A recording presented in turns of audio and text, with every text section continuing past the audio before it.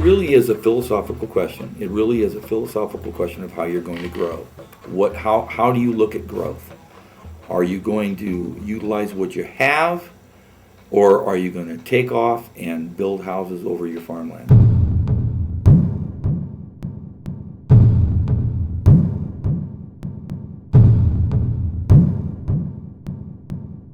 The general plan is a planning document that says, okay, by such and such a date, we're going to grow to this area and we're going to do these things. And the roads are going to be laid out like this, and whatever the plan is. If you looked at the general plan action team that really made these decisions on how this general plan was going to look, it was so heavily weighted towards developers, their attorneys, and consultants.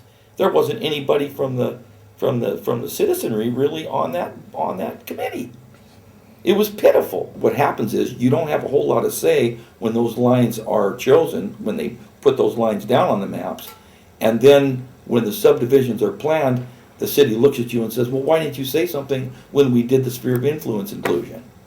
Look at Santa Clara. Look at San Jose. Look at down south.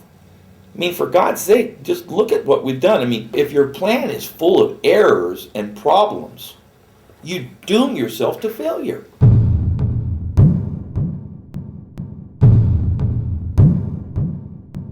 The city has a bad habit of building first and then bringing infrastructure later. As silly as that sounds, that's what they do. And so what you wind up with is huge subdivisions with thousands of houses and streets that aren't big enough to support them.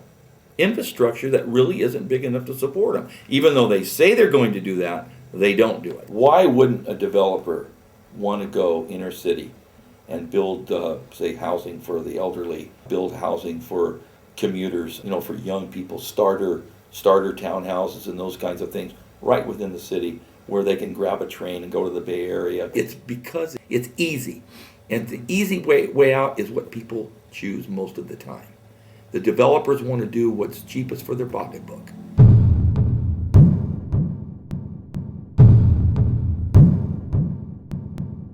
Go down 99, they all look alike. 2-story boxes, $530,000.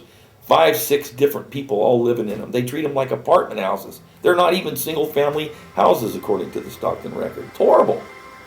Shootings every night, trouble, no place for the kids to play, little tiny yards where the kid can't even have a swing set in the backyard. They're drinking water that smells like rotten eggs and chlorine. I mean, come on, that's not life. Why not set yourself up for something nice? You can have your farmland. You can grow your food. You can have a local farmer's market. You can have all those things, and you can have high rises in the city. We're going to grow. Nothing wrong with growth. We are going to grow, but let's grow right. Let's grow up instead of out.